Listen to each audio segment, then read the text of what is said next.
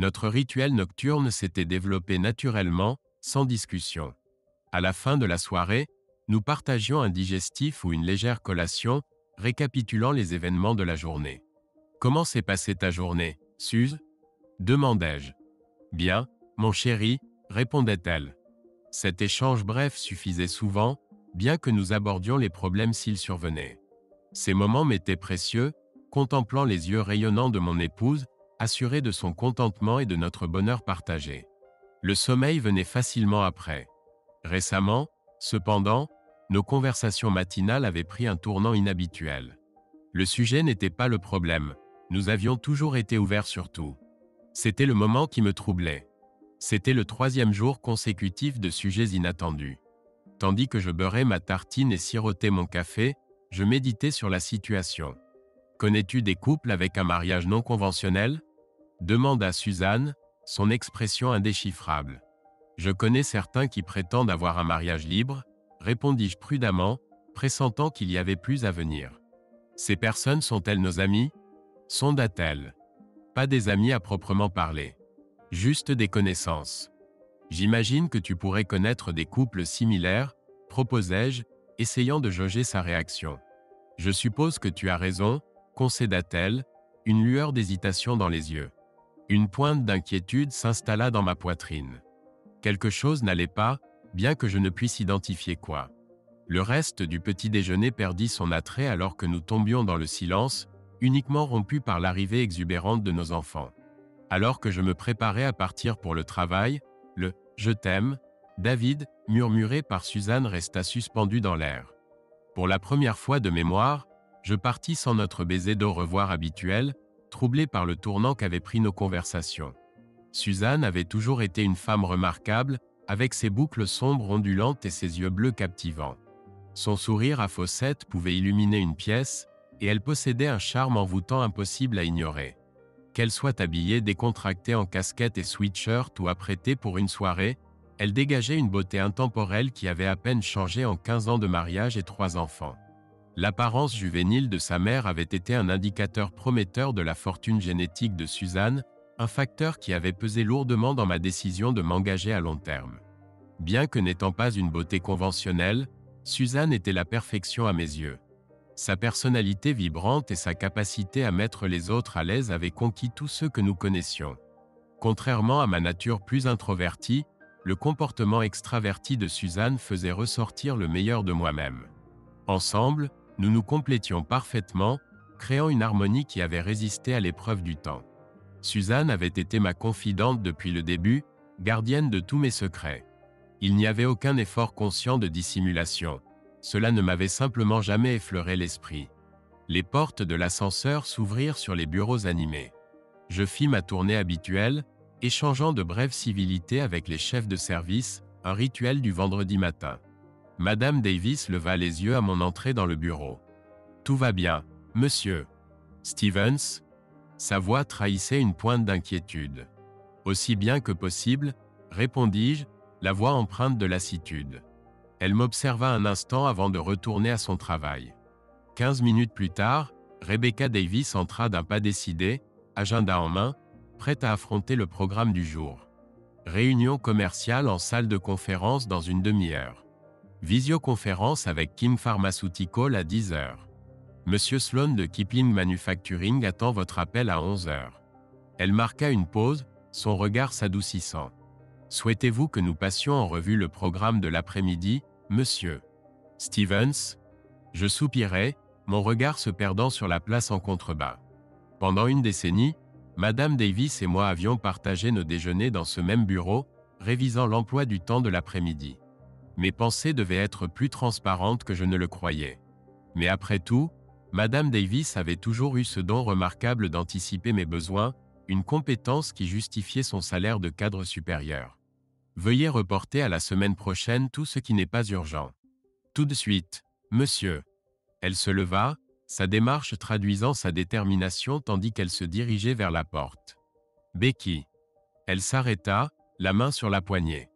Oui, monsieur. J'ai besoin de voir Maggie. En début d'après-midi. Une brusque inspiration fut le seul signe de sa surprise. Je m'en occupe, monsieur. Stevens. La porte se referma doucement derrière elle, me laissant seul avec mes réflexions. Margaret Peterson avait été mon ancre depuis la 3e. Partenaire d'études, compagne fidèle lors des événements scolaires, et même ma cavalière au bal de promotion. Elle m'avait enseigné le véritable sens de la loyauté et de l'amitié, et sans le savoir, comment aimer sans condition. Au lycée, nous étions tous deux animés d'une farouche détermination. L'ambition de Maggie de devenir avocate faisait écho à ma propre motivation.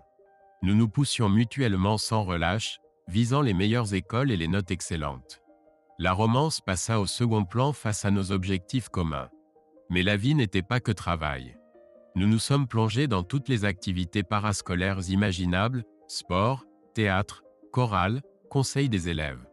Alors que nos camarades naviguaient sur les eaux tumultueuses des amours adolescentes, nous nous épanouissions dans la richesse d'expériences au-delà des relations amoureuses.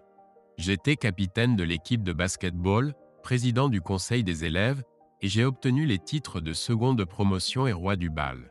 Maggie, toujours surperformante, fut major de promotion, capitaine des équipes de débat et de football, et dirigeait l'annuaire. Notre lien transcendait les mots. Maggie ne m'a jamais explicitement fait son coming out, mais elle n'en avait pas besoin. Je savais, et elle savait que je savais. Cette compréhension tacite n'a fait que renforcer notre connexion. D'une certaine manière, nous étions le bouclier l'un de l'autre contre les questions indiscrètes et les jugements de nos pères. Pour le monde extérieur, nous semblions être le couple parfait, nous tenant la main, partageant des étreintes, mon bras autour de ses épaules ou sa tête reposant contre la mienne. Mais c'est le jour de son départ pour Stanford que la profondeur de notre lien s'est véritablement cristallisée. « Merci pour tout, David », murmura-t-elle, ses yeux verts brillants. « Personne ne comprendra jamais pourquoi ni combien je t'aime.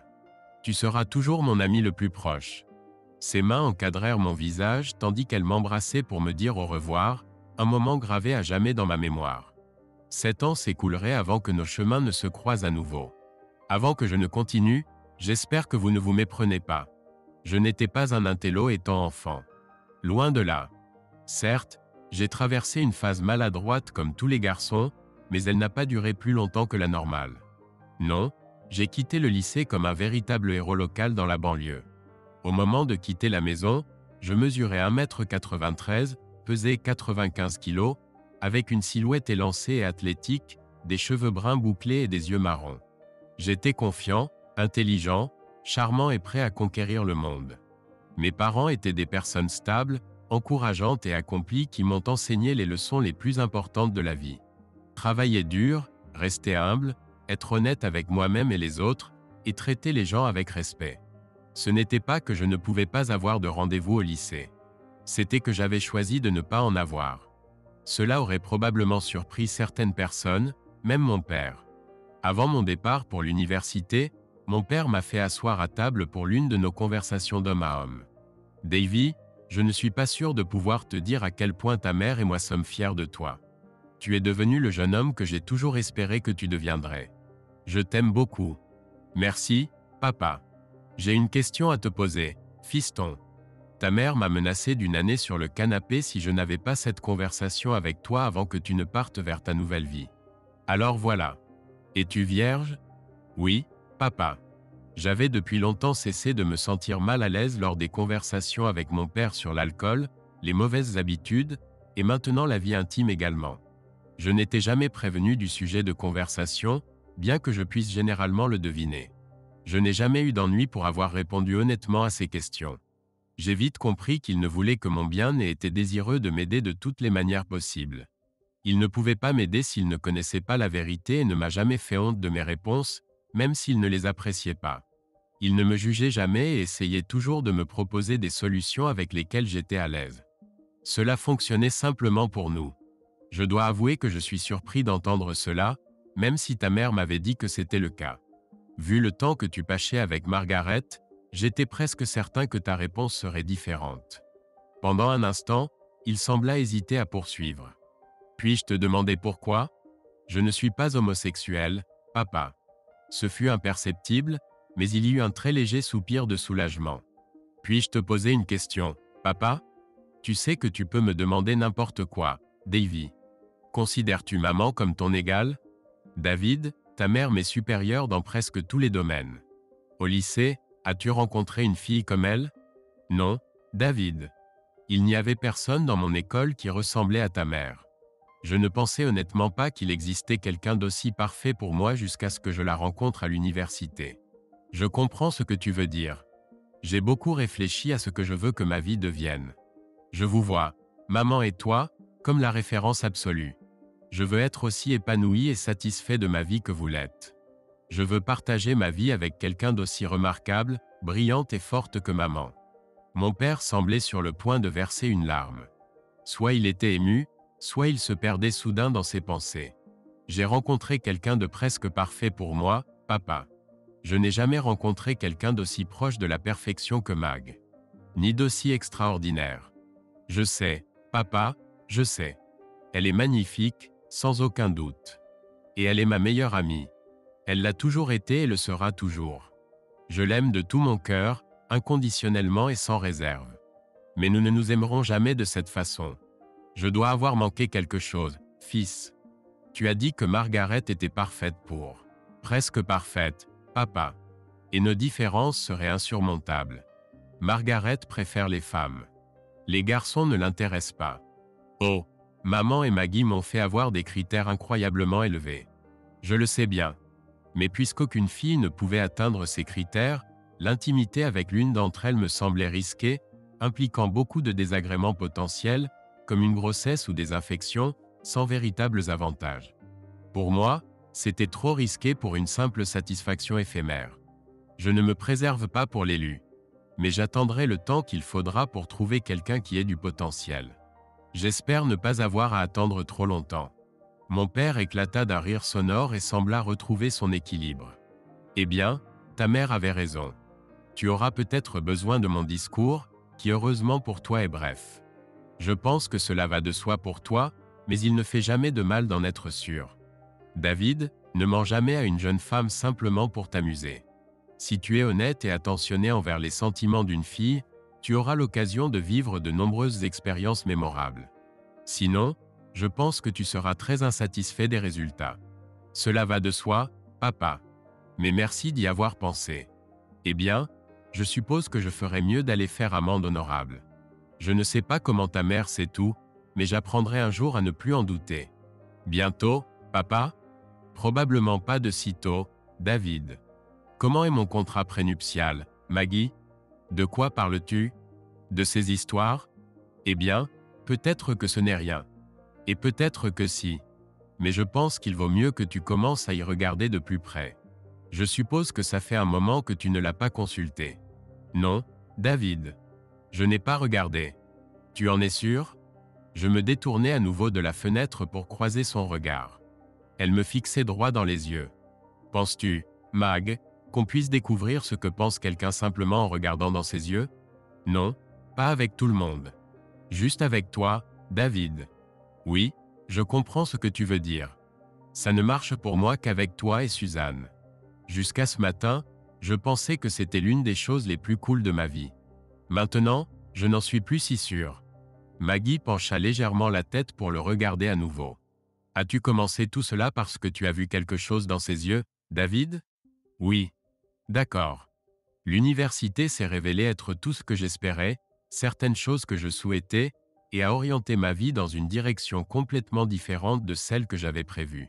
Maggie et moi parlions au téléphone au moins 1 heure par semaine. Pour les événements importants, je lui envoyais une lettre ou une carte. Même à 4200 km de distance, elle restait ma meilleure amie. J'adorais la côte Est et je me suis rapidement fait de nouveaux amis aux intérêts différents. J'étudiais, je m'amusais et je me suis plongé à corps perdu dans la vie universitaire. Oui, Harvard était fait pour moi. À l'inverse, je pourrais écrire toute une série sur mes aventures à Harvard. Ma période de chasteté n'a duré que 2 semaines et demie. Quoi qu'il en soit, il y avait de nombreuses jeunes femmes prometteuses, et j'ai commencé ma quête d'une partenaire de vie presque immédiatement. Pratiquement aucun week-end ne se passait sans événement spécial, et je m'y rendais rarement sans être accompagné. Une de mes amies privilégiées m'expliqua, après notre soirée au concert des feux d'artifice de Boston, que je m'étais forgé une certaine réputation.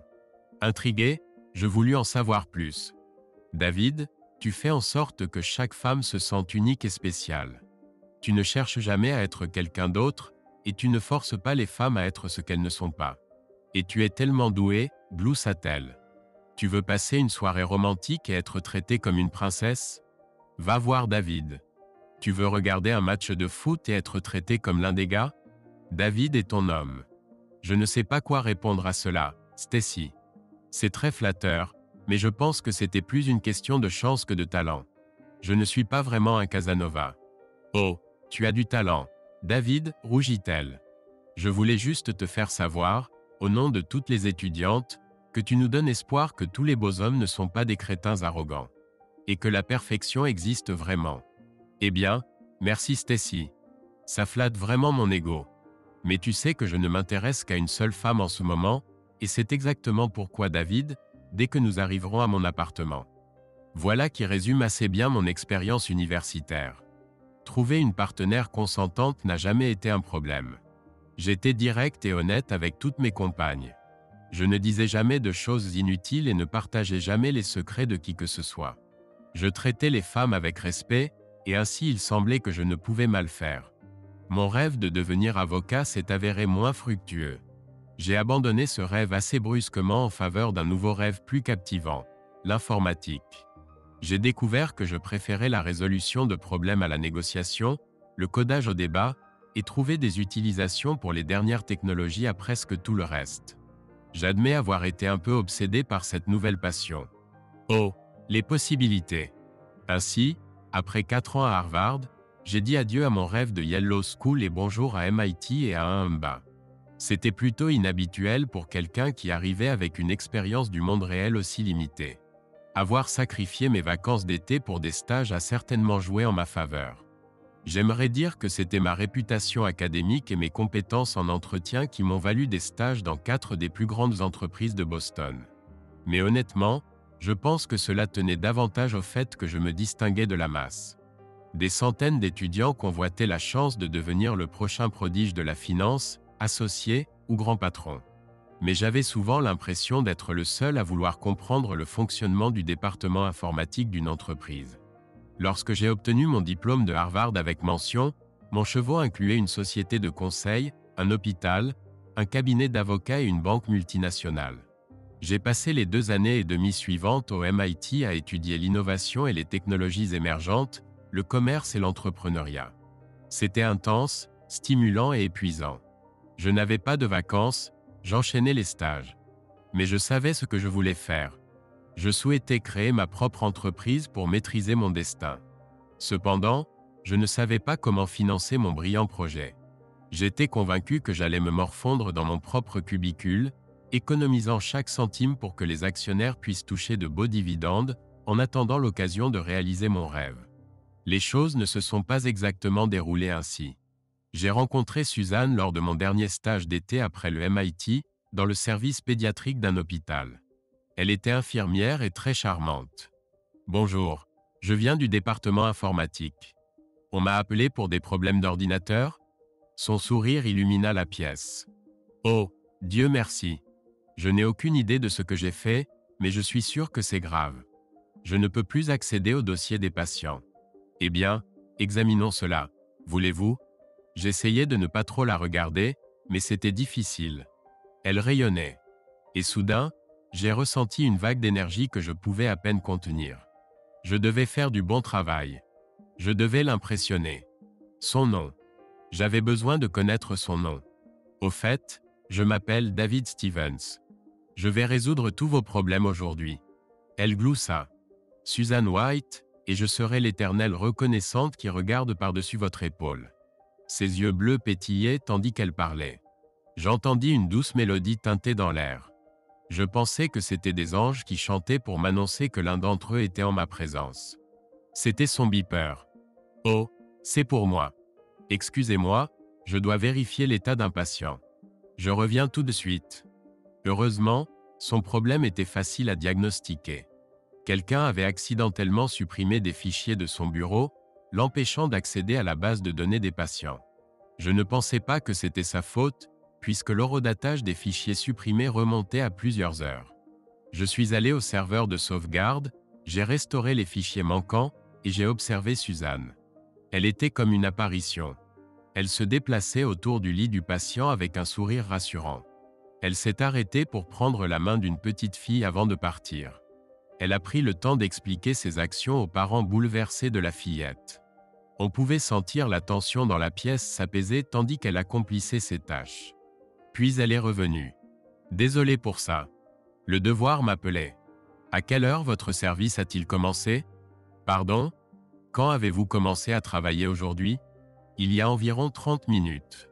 Eh bien, je suis heureux de vous annoncer que votre problème est résolu et que vous n'en étiez pas la cause. Ce sourire, encore. Waouh! J'ai dû me rappeler de respirer. Oh mon Dieu, vraiment? Elle s'est tournée vers son terminal et a commencé à taper. Oui. Oh, vous êtes un véritable sauveur, n'est-ce pas? Non, Suze. Je pense que c'est plutôt votre rôle. Moi, je ne fais qu'aider avec les ordinateurs. Cette fois, alors qu'elle se tournait lentement vers moi, un sourire reconnaissant est apparu sur son visage. Je lui ai rendu son sourire. Merci, David. Vous êtes très gentil. Ce fut la fin de la première rencontre avec celle qui deviendrait ma femme. Je suis retourné à mon département avec une proposition de modification des permissions de certains fichiers réseau importants et le cœur débordant de joie. Suzanne était généralement une personne confiante, attentionnée et aimante. Mais quand elle réalisait qu'elle avait tort, elle ne trouvait pas le courage d'être honnête avec moi. Cela n'est arrivé que 2 fois, pour 2 occasions mineures sans conséquence. Une fois, elle a oublié de faire une réservation dans mon restaurant préféré pour mon anniversaire. L'autre fois, elle a embouti un SUV avec mon cadeau d'anniversaire, une toute nouvelle coccinelle VW décapotable, après une journée entière de shopping au centre commercial.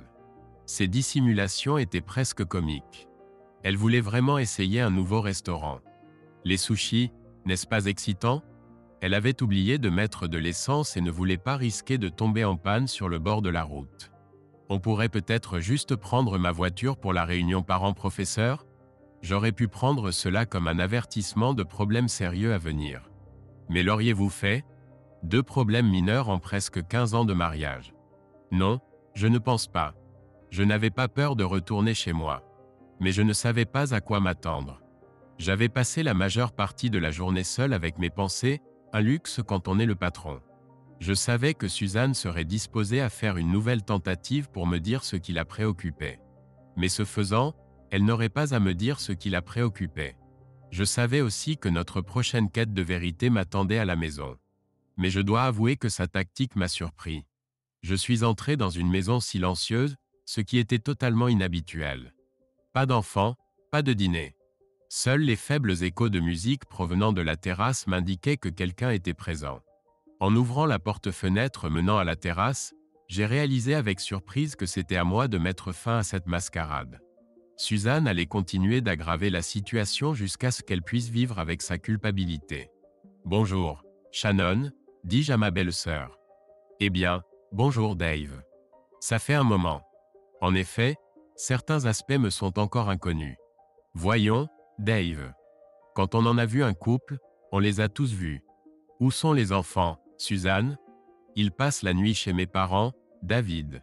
Vois-tu, Shannon et moi nous sentions d'humeur espiègle et ne voulions certainement pas nous soucier des marques de bronzage. Juste une journée de plaisir et de soleil au bord de la piscine entre filles. Ah bon, répondis-je. J'essayais de croiser son regard, mais ses lunettes Ray-Ban miroir s'efforçaient de le dissimuler. Cela a assez duré. 3 jours. As-tu déjà eu des fantasmes sur d'autres femmes? Connais-tu des couples en union libre? Je soupirais, tentant de raffermir ma résolution. Suzanne, l'aimes-tu? Shannon bondit presque de sa chaise longue. Sa bouche s'ouvrit sous le choc. Quoi? Comment? Tu parles de David? Siffla mon épouse. Je savais que c'était le pire scénario possible. La femme belle et confiante qui avait été mon épouse avait été remplacée par une créature aux lèvres tremblantes. Eh bien, Suzanne, je vois que tu n'es pas prête à me dire ce qui te tourmente vraiment depuis 3 jours. Alors j'attendrai, mais je ne veux pas être mal compris. D'accord? Je n'avais jamais ressenti une telle colère ni une telle nausée auparavant. J'avais envie de l'agripper jusqu'à ce que toute la douleur dans mes entrailles s'étouffe, mais je ne le ferai jamais. Je ne pouvais pas. Oh, merde, soupira Shannon. Sa bouche était toujours béante. David, je. Une unique larme solitaire coulait maintenant sur sa joue, mais cela m'importait peu. J'étais sur le point de perdre le contrôle de la situation. Il était temps de partir avant de me retrouver sans option. Je reviendrai lundi.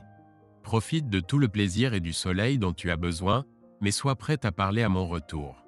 C'était fascinant de voir comment un teint bronzé pouvait virer au blanc cendré avec un peu de panique. Ravi de t'avoir vu, Shannon. Désolé de partir si vite. Ah, et joli décolleté. Merci du spectacle. Sa bouche était fermée, mais une rougeur apparut.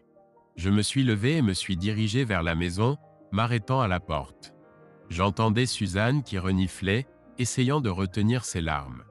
Au fait, Suzanne, je me suis adressé à elle une dernière fois. Elle n'essaya même pas de me regarder. Quand je me vengerai, ce sera selon mes conditions, pas les tiennes.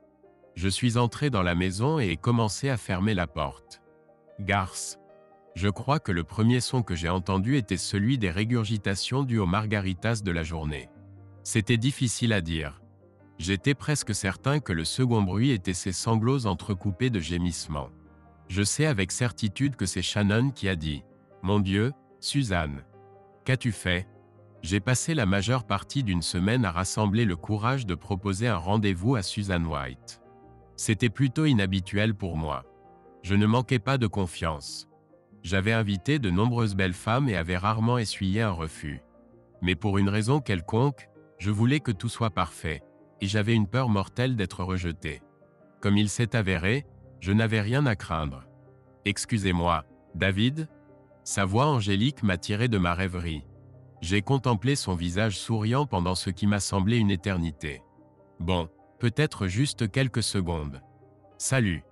David, j'ai besoin d'un service. » « Tout ce que tu veux, Suze. » Ce sourire apparut à nouveau. J'étais conquis, sans l'ombre d'un doute. Une des autres infirmières en pédiatrie se marie ce week-end et j'ai besoin d'un cavalier. Voudrais-tu m'accompagner? J'en serais honoré.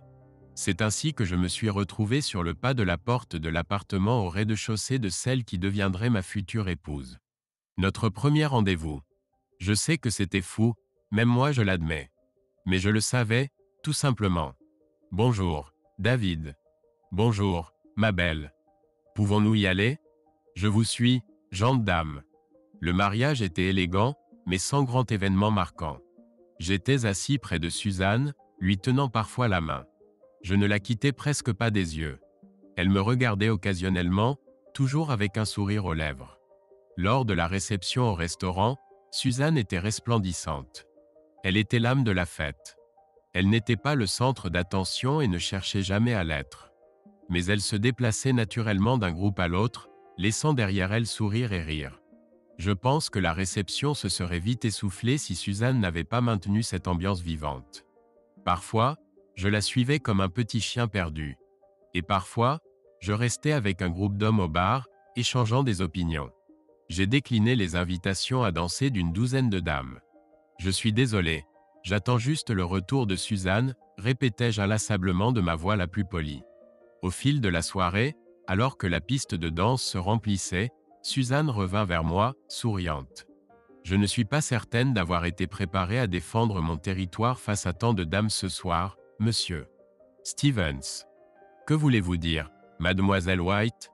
Il semblerait que j'ai, sans le savoir, retiré du marché l'un des célibataires les plus convoités, et plusieurs jeunes femmes ici n'en sont guère ravies. Elle baissa la tête. Je suis désolé de vous avoir laissé seul, David. Vous n'étiez pas obligé de m'attendre. Et vous auriez pu danser avec n'importe qui, bien sûr. J'ai l'intention de danser avec qui bon me semble, Suze. Et j'attendrai jusqu'à ce que vous soyez prête à retourner sur la piste. Soit. Elle esquissa un léger sourire et prit ma main. Je ne la lâchai plus de la soirée. Chanson rapide, slow. Nous décidâmes de rentrer à pied jusqu'à son appartement. Ce n'était pas si loin. Nous bavardions en marchant. De tout. De rien. C'était merveilleux. Quand vint l'instant de vérité, elle déposa un baiser sur mes lèvres. David, Elle semblait réfléchir à quelque chose, mais paraissait quelque peu hésitante. Après un moment presque gênant, elle se ressaisit et poursuivit. « David, j'aimerais vous inviter à entrer car je sais que je ne veux pas que cette soirée se termine. Et je ne voudrais pas que vous ayez une mauvaise impression de moi. Je suppose que je lutte avec mes propres pensées en ce moment. Puis-je dire quelque chose? Bien sûr. Parfait. Je veux simplement que vous sachiez que je suis tout à fait prêt à défendre mon territoire contre tout gentleman qui se présenterait. Car je compte bien vous retirer du marché définitivement. Et si vous m'invitez à entrer, je promets de m'arrêter un bref instant en signe de gratitude avant de m'assurer que vous ne le regrettiez jamais. Nous sortions ensemble sans interruption depuis 3 mois lorsque ma vie changea à jamais. Et pas de la façon dont je l'avais espéré.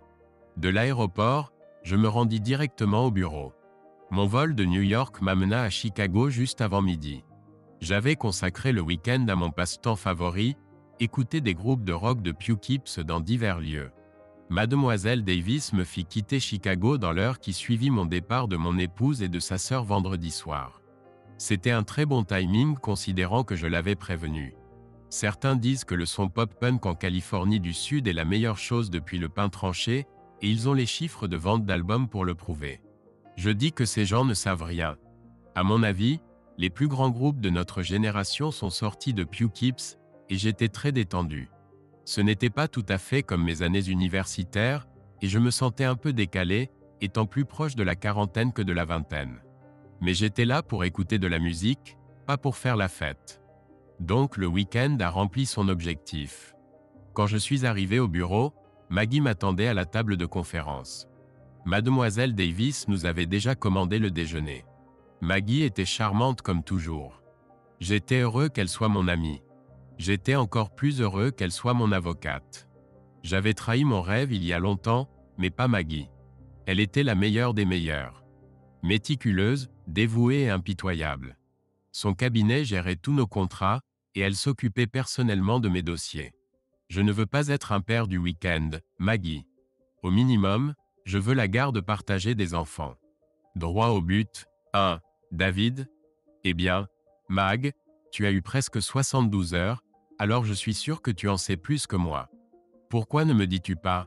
Elle m'a regardé longuement avant de parler. C'était une liaison très brève, David. Assez brève pour te satisfaire, Maggie? Il devait y avoir quelque chose de très intéressant sur la table que Maggie devait étudier. Finalement, elle murmura. Non, David. Je sais qu'elle est ton amie, Maggie. Je suis tellement désolé. Mon Dieu, David. Pourquoi diable te soucies-tu de mes sentiments? Parce que je t'aime, Mag. Je t'ai toujours aimé. Et je t'aimerai toujours. Quelle idiote. Elle n'aura rien, David. Quelle stupide garce. Mon Dieu, écoute-moi sur mes grands chevaux. Je suis vraiment désolé. Maggie? Oui, David? Qui? C'était la 3e année de notre mariage quand nous avons eu notre première dispute sérieuse qui n'impliquait pas de querelle. Suzanne voulait parler de quelque chose. Comme d'habitude, elle était calme et posée. Assise en face de moi et sirotant un verre de vin, elle commença. Tu sais qu'on ne me confondrait jamais avec un mannequin, n'est-ce pas, David? Seulement pour ceux qui ne te regardent pas à travers mes yeux, Suze. Je n'ai aucun doute que tu es un mannequin. Elle rougit et sourit. Mon Dieu, qu'elle était belle. Je veux dire, David, je ne pourrai jamais rivaliser avec les mannequins et les actrices qui t'entourent chaque jour. Et franchement, je ne veux même pas essayer. Je comprenais de quoi il s'agissait. Alors que la réputation de mon entreprise commençait à prendre forme, j'ai décidé de m'assurer que nous prenions le rôle le plus actif dans le soutien de toute organisation caritative méritante de la communauté. Et je ne parle pas seulement de parrainage et de chèques. Je parle de participation active et, surtout, de bénévolat. J'encourageais nos employés à s'impliquer de la meilleure façon que je connaissais. J'exigeais plus de moi-même que je n'exigeais de quiconque. Suzanne et moi passions presque tout notre temps libre à faire du bénévolat auprès de groupes d'alphabétisation, d'organisations de défense des enfants, d'associations artistiques et de pratiquement tous les événements communautaires. Notre engagement bénévole a donné à notre entreprise une place importante dans la communauté et m'a permis de tisser des liens à travers Chicago et au-delà. Nos employés se sentaient plus connectés à la communauté et nos clients étaient mieux informés de ce dont ils avaient besoin pour réussir dans notre région. Mais le plus important pour moi était de pouvoir faire ce que j'aime, passer du temps avec ma Suzanne. Je pouvais la partager avec le monde et faire savoir à tous à quel point j'étais chanceux. Chaque week-end était une nouvelle occasion pour Suzanne et moi de partir à l'aventure sans quitter sa ville d'adoption. Mais cela avait ses inconvénients. Plus nous nous exposions en public, plus je recevais des avances. Même en présence de Suzanne, ce qui était presque toujours le cas. La plupart du temps, c'étaient des allusions subtiles que j'avais repoussées durant la majeure partie de ma vie d'adulte. Mais récemment, beaucoup de ces tentatives pouvaient être qualifiées de propositions directes.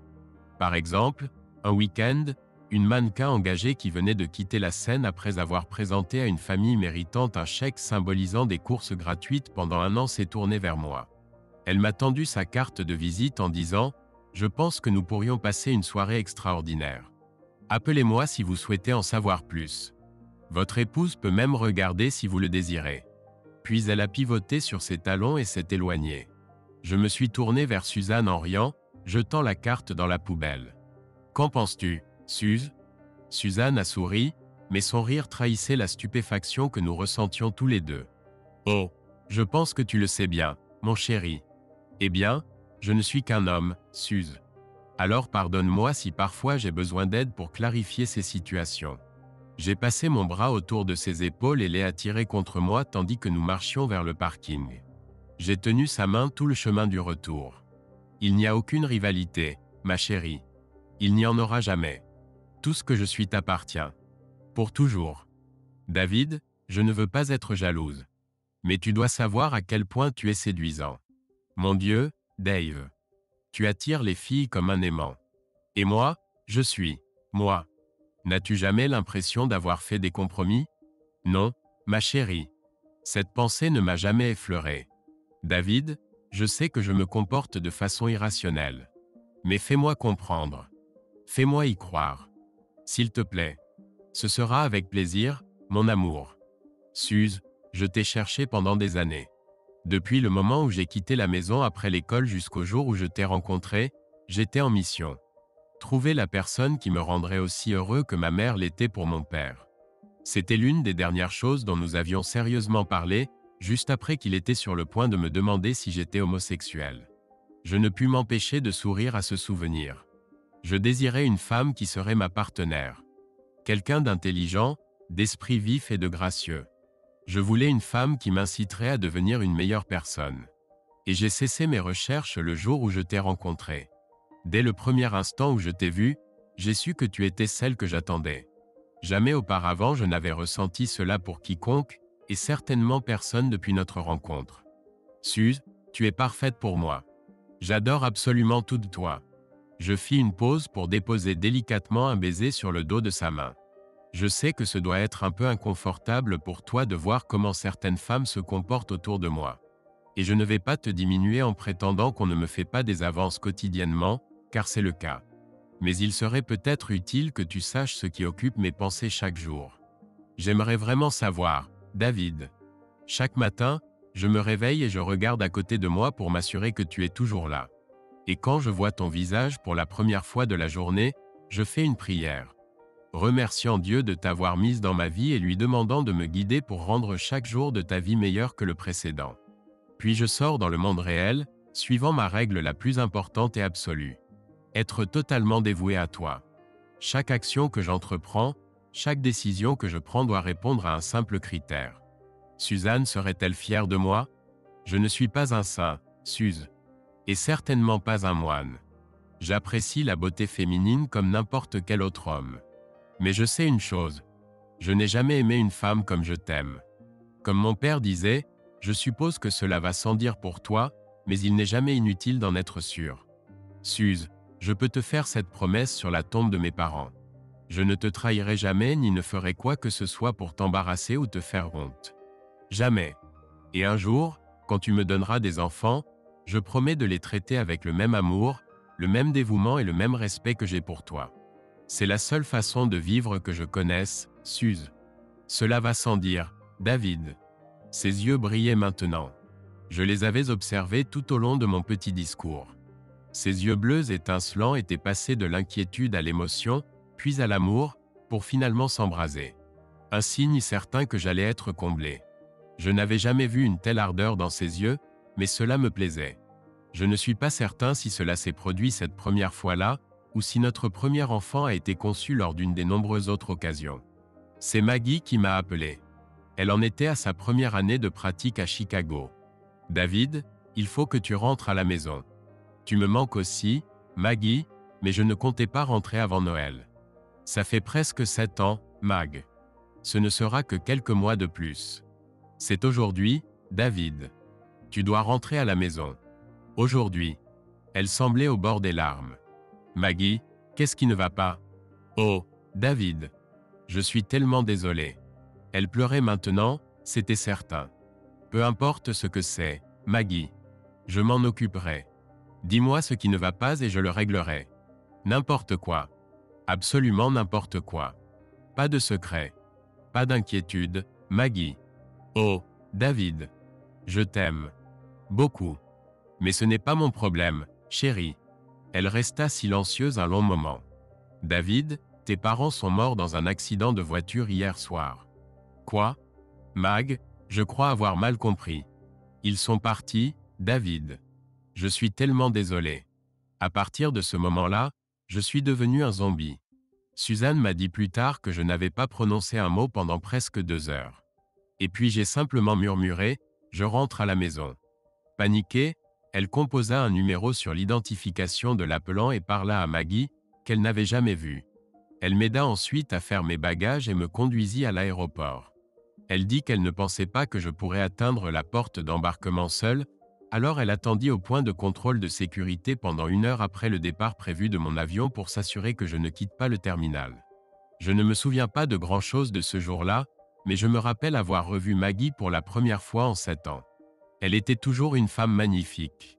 J'étais triste que ce soit dans ces circonstances que nous devions nous retrouver, mais en même temps, j'étais soulagé de ne pas être seul. Notre première étreinte près du carrousel des bagages dura quelques minutes. Maggie m'a dit plus tard qu'elle m'avait tenu jusqu'à ce que je cesse de pleurer. Les 4 jours suivants passèrent comme dans un brouillard. Il me semblait avoir signé 1 millier de documents.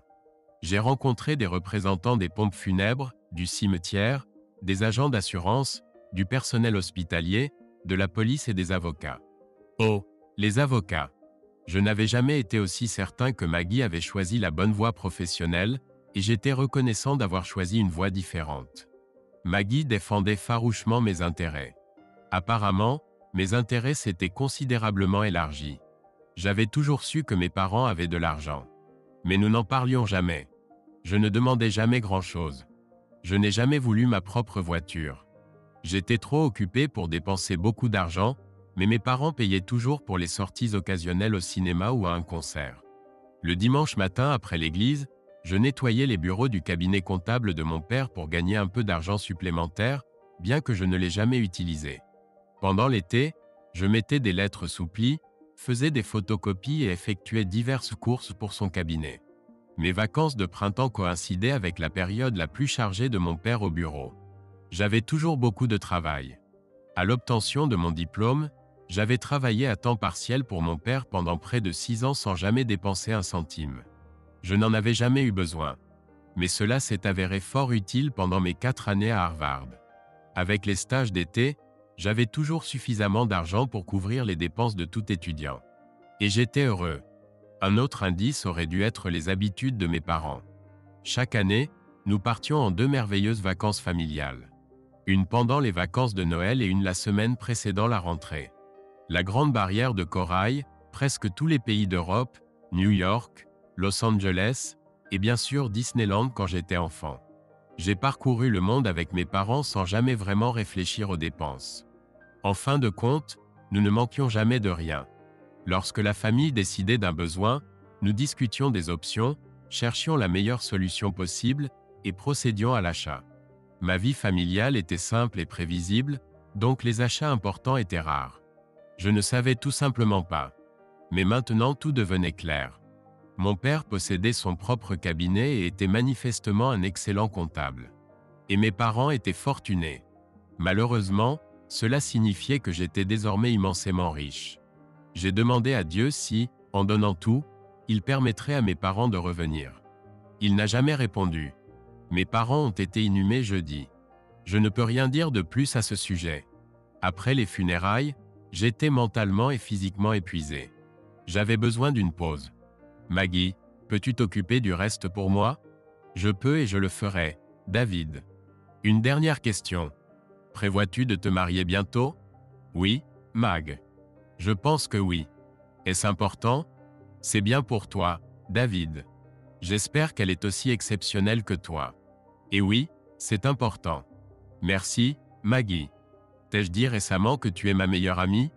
Au moins une fois par semaine depuis nos 8 ans, mon chéri. Eh bien, ça ne semble pas suffisant. Je t'aime, Mag. Je t'aime aussi, David. La maison semblait froide. Elle était complètement silencieuse à nouveau, probablement seulement la 3e ou 4e fois depuis notre emménagement. J'aimais cette maison. C'était la seule maison que j'avais vraiment connue. Mais y entrer était presque inquiétant. Presque comme le jour où j'ai appris le décès de mes parents. Empire. Le rez-de-chaussée semblait inhabité depuis des jours. Il était sombre et paraissait vide. Je l'ai presque manqué en montant les escaliers. Suzanne était assise silencieusement sur le canapé, contemplant notre portrait de famille accroché au-dessus de la cheminée. La photo avait été prise 2 ans plus tôt et, permettez-moi de m'en vanter un instant, nous étions resplendissants. Mon fils suivait mon exemple et les jumelles ressemblaient à leur mère. C'était une journée si agréable, à prendre des photos au parc. Bonjour, Suzanne. Bonjour, chérie. Les enfants sont toujours chez mes parents, David. Suzanne avait l'air épuisée. Ses yeux étaient cernés de profondes marques. Ses joues étaient gonflées et rougies. Ses cheveux semblaient n'avoir pas été coiffés depuis des jours et elle avait visiblement renoncé au maquillage. Elle portait mon sweatshirt de Harvard et un pantalon de pyjama du MIT qui semblait l'engloutir. « Es-tu prête à me parler, Suzanne? » « Je pense que oui. »« Bien. Tu as une chance, Suzanne. Une seule. »« Je sais, David. Je n'ai de toute façon aucune excuse. »« David, je t'ai trompé. » Elle semblait détachée émotionnellement. Elle bougeait à peine. Son expression restait figée, empreinte d'une profonde mélancolie. Une tristesse qui semblait avoir épuisé toutes ses larmes. Au moins, elle ne le cachait pas. Peut-être y avait-il un espoir dans cette sincérité. Depuis combien de temps? Cela fait 2 semaines, David. Tu étais à Las Vegas pour la convention. Le comité de direction finalisait les derniers plans pour l'inauguration du nouveau refuge. Nous avons terminé tard un soir et sommes allés dîner sur Great Street. Je savais que je ne devais pas boire de vin, mais je l'ai fait quand même. Je savais qu'après le départ de tous, j'aurais dû prendre un taxi. J'enchaînais les mauvaises décisions. L'as-tu fait entrer dans la maison, Suzanne? Mon Dieu non, David. Il a pris une chambre d'hôtel. Et où étaient les enfants? Chez mes parents. Je les ai appelés pour qu'ils les gardent quand j'ai réalisé que je ne devais pas conduire. C'est déjà ça. Oui, je sais, soupira-t-elle. Alors, était-il meilleur que moi? Elle réagit enfin, plissant le nez à ma question. Ça suffit, David, j'ai compris. Ma vie est ruinée parce que j'ai laissé Mike Thomas me donner le pire jour de ma vie. Je l'ai observé un moment. Elle était maintenant émotive, troublée. Même belle maintenant que les couleurs étaient revenues sur son visage. Mais j'avais ma réponse. Peut-être méritait-elle une autre chance. C'est tout, Suzanne? Oui, David. Je suis désolé. Peut-être n'y avait-il plus d'espoir. D'accord, Suzanne. D'accord. Bien. Il ne reste que les détails. David, je suis tellement désolé. Cela n'arrivera plus jamais. Je ferai n'importe quoi pour me racheter. Elle commençait à divaguer. Ne t'inquiète pas pour ça. Attends, quoi? J'ai dit, ne t'inquiète pas pour ça, Suzanne. Je resterai loin de la maison pour le reste de la semaine. Je ferai savoir aux enfants où je suis s'ils ont besoin de quoi que ce soit. Je serai de retour samedi. Je me suis levé pour regarder à nouveau le portrait et j'ai souri. C'était une si belle journée. Oh, David, c'est merveilleux, mon chéri.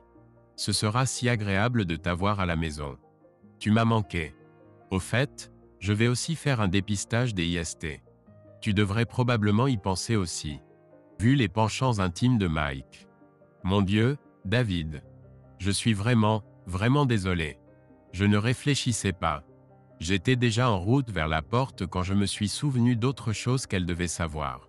Oh, j'ai toujours été plus attiré par la vue d'ensemble. Ces maudits détails sont toujours gênants. Oui, Suzanne. Je sais. Quoi qu'il en soit, Maggie te contactera. Les comptes sont gelés, mais elle s'assurera que tu aies assez d'argent pour aller où tu veux. Comment ça, aller? Où dois-je aller? Eh bien, je ne sais pas, Suzanne. Tout ce que je sais, c'est que Maggie a dit qu'elle te ferait quitter la maison d'ici vendredi. Et ta destination est probablement l'une de ces décisions que tu prends si bien. Non, non, non, non. Suzanne. Je n'étais pas sûr qu'elle m'écoutait encore, mais elle a arrêté de crier assez longtemps pour me regarder. Si tu veux que Mike t'aide à déménager, demande-lui de faire venir Jason Smith. Puisque tu ne t'en souviens pas, demande-lui de te raconter ce qu'il faisait pendant que Mike te faisait passer une terrible journée. Non, David, non. S'il te plaît, attends. Ce n'était pas ma faute. S'il te plaît. Oh, mon Dieu, je vais vomir. Je ne sais pas si elle a fini par vomir. Je ne suis pas resté pour le découvrir. Mais quand je fermais la porte, ça n'avait pas l'air bien. Le restaurant offrait un cadre plutôt romantique. C'était beaucoup plus calme que lors de notre premier rendez-vous. Mais en même temps, il n'y avait pas 60 invités de mariage ivres au milieu de la célébration. Les lumières et la sono du DJ avaient été remplacées par des bougies et un pianiste de jazz. Mais Suzanne restait la même, rayonnant de beauté et de grâce où qu'elle aille. Le dîner était détendu, mais j'étais très nerveux. Ne trouvant pas de façon simple de commencer, je suis allé droit au but. Suze, je pense que je devrais reprendre l'entreprise de mon père. J'y ai beaucoup réfléchi. Et bien que ce soit un cabinet comptable maintenant, je pense qu'il pourrait devenir l'entreprise dont j'ai rêvé. La clientèle actuelle assurerait un revenu stable pendant que nous nous diversifions. Et nous pouvons tirer parti de nos relations clients actuelles pour ajouter une nouvelle gamme de services. J'avais du mal à comprendre ce que j'avais fait de mal. J'ai toujours voulu l'avis de Suzanne sur les grandes décisions qui affectaient nos vies. Bien sûr, nous n'étions ensemble que depuis 6 mois et il n'y avait pas beaucoup de décisions importantes. Mais après lui avoir parlé, j'ai décliné l'offre d'emploi à temps plein de l'hôpital en faveur d'un nouveau poste à la banque. Après une autre conversation entre nous, j'ai résilié le bail de mon appartement et emménagé avec Suzanne. Mais elle semblait dévastée. David, je pensais que tout allait si bien entre nous. Je peux travailler sur ce qui te dérange. Je peux changer, je te le promets. Suze, de quoi parles-tu? S'il te plaît, David. Ne me quitte pas. Je t'aime. Oh, ma chérie. Qu'est-ce qui te fait penser ça? Qu'est-ce qui te fait croire que je te quitte? Tu as dit que tu retournais à Chicago. Non, ma chérie. J'ai dit que j'envisageais de reprendre l'entreprise de mon père. Je voulais avoir ton avis. Je n'aurais jamais pris une décision aussi importante sans connaître tes pensées. Elle avait toujours l'air bouleversée, mais elle commençait à comprendre. Eh bien, je crois que j'ai peut-être réagi de manière excessive. Je m'excuse, mon amour. C'est ma première fois. Les choses ne se déroulaient pas comme prévu, mais la vie continue. Il était temps d'essayer de sauver la situation. J'ai fait signe au maître d'hôtel et il a indiqué au pianiste de changer de morceau. Lentement, les serveurs se sont arrêtés à notre table, chacun déposant une rose rouge pour Suzanne. Finalement, je me suis levé, j'ai tâtonné pour trouver la boîte dans ma poche et je me suis mis à genoux. Suze, dès le premier instant où je t'ai rencontré, j'ai su que tu étais mon unique amour. Chaque jour passé avec toi ne fait que confirmer ce que j'ai toujours su. Je t'aime de tout mon cœur. Je serai un bon mari pour toi, Suze, et je te montrerai de toutes les façons possibles à quel point tu es spécial pour moi. Suzanne, veux-tu m'épouser? L'expression qui me nouait l'estomac fut remplacée par la stupéfaction. Je commençais à me demander si j'avais fait une énorme erreur, mais le flash de l'appareil photo m'a sauvé. Suzanne a cligné des yeux, essayant de s'habituer à la faible luminosité de la pièce. Puis elle a regardé dans la direction du flash et a vu sa famille. Son père, sa mère et sa sœur debout, se penchant derrière une petite cloison, essayant d'avoir une meilleure vue. Sa mère souriait et pleurait, tenant son appareil photo et attendant de capturer le grand moment. Cela n'a pas pris longtemps. Suzanne m'a attrapé. En plein milieu du restaurant. Je suis un homme, et j'ai toujours pensé que je pouvais tenir debout si je le voulais. Les avis divergent. Au moins, j'ai gardé la bague. Oui. Oh, David. Oui. Oui, mon amour. Ma fierté serait restaurée. J'avais ma Suzanne. Bonjour, Suzanne. Bonjour, Shannon. C'est bon de te revoir. Je suis vraiment désolé que cela se passe dans ces circonstances. Puis-je entrer? Je t'en prie, entre donc, dit la sœur en laissant entrer Maggie. Puis-je avoir un moment seul avec Suzanne, s'il te plaît? Bien sûr, bien sûr. Margaret Peterson était une femme d'une beauté saisissante, même vêtue simplement d'un gant et d'un t-shirt. Elle me regarda avec une expression qui disait « Je suis désolé, mais je ne peux rien faire pour t'aider. Je ne suis pas ici en tant qu'avocate, Suzanne. Je suis ici en tant qu'amie. Je suis juste venu m'assurer que tu vas bien. » Je ne pensais pas qu'il était possible de me sentir encore plus mal, mais je commençais à réaliser qu'il y avait des choses pires que d'être une personne méprisable. J'avais trahi sa meilleure amie, et elle venait chez ma sœur pour s'assurer que j'allais bien. C'était tellement elle. Je ne sais pas si elle a hérité ce trait de David ou si c'est lui qui l'a adopté d'elle. Plus probablement, ils l'ont appris l'un de l'autre. C'était l'un des nombreux traits qu'ils avaient en commun. Mes amis m'avaient prévenu au début que je devrais me méfier de Maggie, qu'elle finirait par essayer de me voler David. Mais il est difficile d'être jalouse de quelqu'un qui a toujours vos meilleurs intérêts à cœur. Chaque fois que j'avais besoin d'une amie, Maggie était toujours à mes côtés, prête à affronter le monde. Ce cas ne faisait pas exception, mais il n'y avait aucun moyen de réparer les choses. Il ne m'aime plus. Oh, Suzanne, bien sûr qu'il t'aime. Il t'a aimé de tout son être depuis le premier instant où vous vous êtes rencontrés. On ne peut pas simplement éteindre ça. Eh bien, il ne me pardonnera jamais. Pas après ce que j'ai fait. Oh, petite sotte, bien sûr qu'il te pardonnera. Je suis presque certaine qu'il t'a déjà pardonné. J'en suis aussi sûre que je sais que tu ne lui as pas tout dit. Je ne pus m'empêcher de sourire. Elle le connaissait mieux que quiconque, et elle me connaissait aussi. Il me pardonnerait. Elle avait raison. Suzanne, il te pardonnera, mais il n'oubliera jamais. Je sais, Maggie. Je sais. Elle m'a serré dans ses bras pendant que je pleurais. Tard dans la nuit, sans jugement. Ça va s'arranger, ma chérie. Tout ira bien. Ma première introduction aux artifices féminins est survenue peu après la demande en mariage. Apparemment, en coulisses, elles avaient commencé à planifier le mariage environ 2 mois après le début de notre relation. Suzanne, sa mère, sa sœur et quelques amis s'étaient vus confier des missions secrètes et étaient en mode attaque depuis un certain temps. Moins de 2 mois après ma demande, le moment était venu. Maggie est venue à Boston la semaine précédant le mariage pour gérer tous les détails concernant l'entreprise de mes parents et notre nouvelle vie à Chicago. Je peux honnêtement dire que je n'avais aucune idée de ce que je signais. Je peux également dire que je faisais entièrement confiance à Maggie, donc je ne m'en souciais pas. La seule chose qui me préoccupait était que mon bras me faisait mal une fois que nous avions terminé. Maggie et Suzanne ont passé une journée entière ensemble, juste 2 jours avant notre mariage. Elles ont toutes les deux dit qu'il était temps que ma future épouse et ma meilleure amie apprennent à mieux se connaître. Leur journée de rapprochement fut très mystérieuse. Mais à la fin de la journée, quand elles sont revenues à l'appartement, Suzanne m'a simplement embrassé sur les lèvres, a pris son sac de voyage et m'a dit « Je t'aime, David. Quand tu me verras dans 2 jours, sache que je serai tienne pour toujours. » Elle est ensuite partie chez ses parents. Mon enterrement de vie de garçon consistait en une soirée avec Maggie à regarder un match des Celtics au Garden, suivi d'une courte nuit au pub à profiter de l'ambiance. Maggie ne m'a pas donné de détails sur sa journée avec Suzanne. Elle a dit qu'elle lui avait expliqué notre situation financière et le contrat prénuptial, ce qui m'a surpris. Je suppose que je lui avais dit de s'occuper de tout, ce qui lui laissait une certaine latitude.